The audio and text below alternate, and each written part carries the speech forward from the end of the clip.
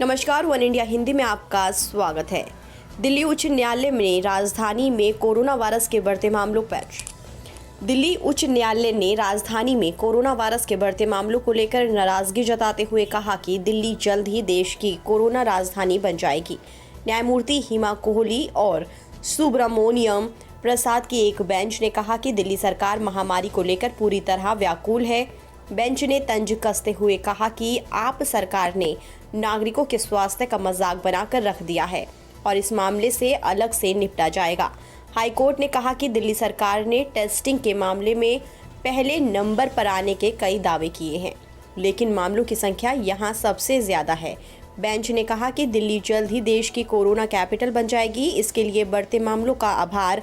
Bench ने आगे कहा कि हम इसे बहुत ही गंभीरता से लेने जा रहे हैं।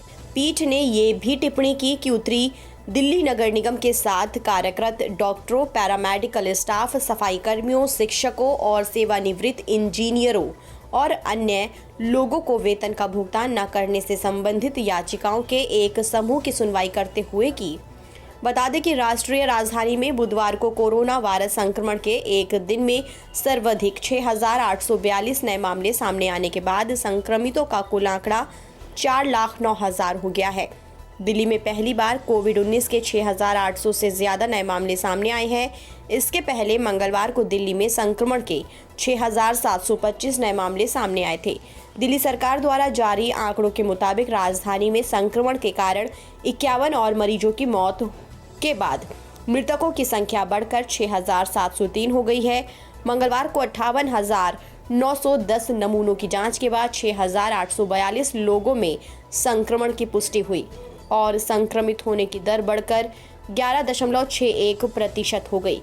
गौरतलब है कि मुख्यमंत्री अरविंद केजरीवाल ने बुधवार को कहा है कि राष्ट्रीय राजधानी में पिछले कुछ दिनों में कोविड-19 के नए मामलों में वृद्धि हुई है और इसे महामारी की तीसरी लहर कहा जा सकता है।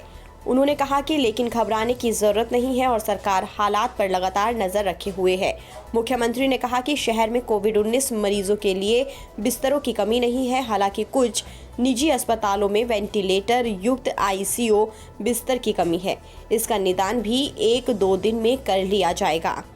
फिलहाल इस खबर में इतना ही। देश और दुनिया की तमाम खबरों के लिए आप बने रहिए वन इंडिया हिंदी के साथ।